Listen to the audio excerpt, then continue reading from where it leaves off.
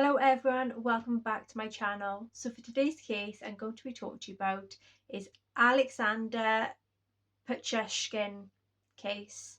So Alexander Yurevich Pichushkin was born on 9th of April 1974, also known as the chessboard killer and the Bicester Park maniac, is a Russian serial killer who is believed to have killed at least 49 people and possibly as many as 60 between 1992 and 2006. Pichushkin was active in Moscow's Bicester Park, where a number of victims' bodies were found in 2007. He had been sentenced to life imprisonment. Alexander was born on 9th of April 1974 in Mytishchi, Moscow Oblast, Russian SFSR, Soviet Union, and grew up on the Khersonskaya Street in Moscow proper. He lived there with his mother Natalia Elmoradovna, his younger half-sister, her husband, and their son in a two-bedroom apartment on the 5th floor. Their apartment building was a 6-minute walk from the north end of Bicester Park. Alexander is remembered to have been an initially sociable child. However, this had changed following an incident in which he had fell backwards off a swing, which then struck him in the forehead as it had swung back. Experts have speculated that this event damaged the frontal cortex of Alexander's brain. Such damage is known to produce poor impulse regulation and a tendency towards aggression. Since he was still a child, the damage would have been more severe, as a child's forehead provides only a fraction of the protection for the brain compared to adults. Following this accident, he had frequently become very hostile and impulsive.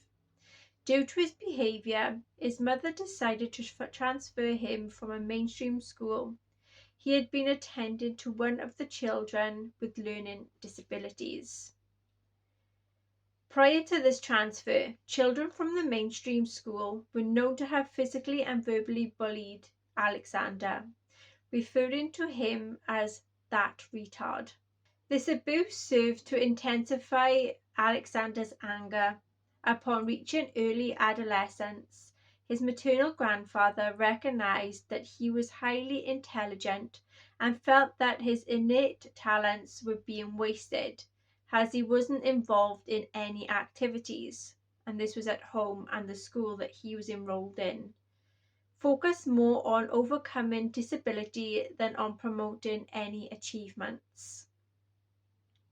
Alexander moved into his grandfather's home and was encouraged to pursue intellectual pursuits outside of school.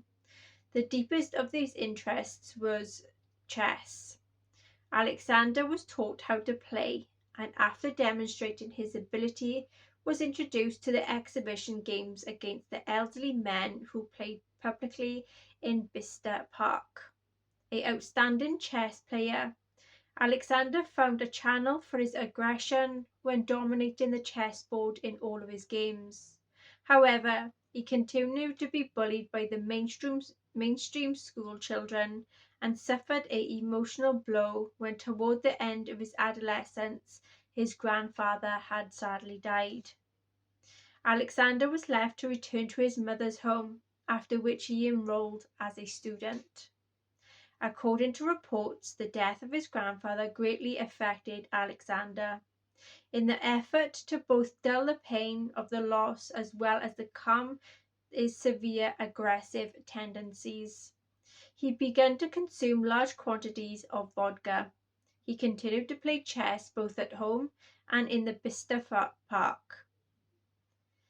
Now, joining the other men in drinking vodka, though unlike them, he could play without being effectively affected by the alcohol. It was at the time that Alexander began to develop a more sinister hobby. At that time, remained unknown to anyone. Whenever he knew he was going to come into contact with children, he would take a video camera along and proceed to threaten them. On one occasion that has since been made public, he held a young child by one leg, upside down, and said to the camera, "You are in my power now. I am going to drop you from the window, and you will fall 15 meters to your death." He then watched these videos repeatedly to affirm his power. However, by 1992, this practice had become insufficient to satisfy his urges. Russian media have speculated that Alexander was motivated in part of a macabre competition with another notorious Russian serial killer called Andrei Chikatilo, who was then convicted of killing 52 children and young women over a 12-year period. Alexander has said his aim was to kill 64 people, the number of squares on a chessboard. He later then recanted this statement, saying that he would have continued killing indefinitely had he not been stopped. Alexander's first murder occurred on 27th of July 1992. When he was aged 18, Alexander then arranged to meet his classmate Mikhail Oditchuk in Bitsa Park to greatly join hatch a plan to kill 64 people. However, when they had arrived at the meeting point, Oditchuk changed his mind and told Alexander that he no longer wanted to take action, feeling teased by his own best friend. Alexander strangled him and threw his body in a sewer entrance at Bitsa Park. He then returned to his mother's apartment a short distance away. The body had never been found. After Oditchuk's disappearance, Moscow police opened the investigation. Witness testimony provided to the police stated that Oditchuk was last seen with Alexander walking in the direction of the park. Alexander then was arrested at his mother's home on 30th of July and taken to Moscow police station for questioning. When asked about his schedule on the day of Oditchuk's disappearance, Alexander confirmed having met that Oditchuk, but claimed to have left him unharmed in the park, with no evidence tying him to the disappearance. Alexander was then released. He had ceased killing for several years until 1996, when Russia placed a moratorium on a death penalty. This reignited Alexander's interest in killing. On 17th of May 2001, Alexander was in the Bitsa Park playing chess with a 52-year-old man named Evgeny Pronin. At the end of their game, Alexander invited Pronin to take a walk with him, claiming it was the anniversary of his dog's death and that he wanted to visit the grave in Bitsa Park. Pronin accompanied him to an isolated area in Bitsa Park, whereupon Alexander pulled out a bottle of vodka and offered him a drink. The men made a toast to the dog, after which Alexander struck Pronin in the head with a bottle. Once Pronin was dead, Alexander threw his body into a nearby well. Between May 2001 and September 2005, Alexander attacked 36 victims. 3 of his victims survived their injuries. Alexander would approach his victim in Bitsa Park. The vast majority of the people were either elderly or they were homeless people. Offer to share a drink of vodka and then kill them, typically by striking them at the back of their own skull. And this could be with a hammer or a bottle. Although he was alleged to have pushed his victims into a sewage canal to drown, occasionally he would then sign the corpse by impaling the victim's skull with sticks or an empty vodka bottle. From October 2005 to his final murder in 2006, Alexander's modus operandi had changed. He would then kill his victims by repeated blows to the head with a hammer and would then push the vodka bottle into the gaping wound in their skulls. He would always attack from behind in order to take the victim by surprise and avoid spilling blood on his clothes. 10 of his victims lived in the same 4-building complex where he had lived. 4 from 2 Kusonskia, 2 from 4 Kusonskia, and next door 3 from 6 and 1 from 8. In June 2006, Alexander offered to go for a walk with his 36-year-old co-worker, Marina Moskalovoya. Though she was reportedly suspicious of him, Moskalovoya agreed to go before she left. She wrote a note to her son letting him know that she was with Alexander and left his phone number. Alexander was aware of the note, but was undeterred.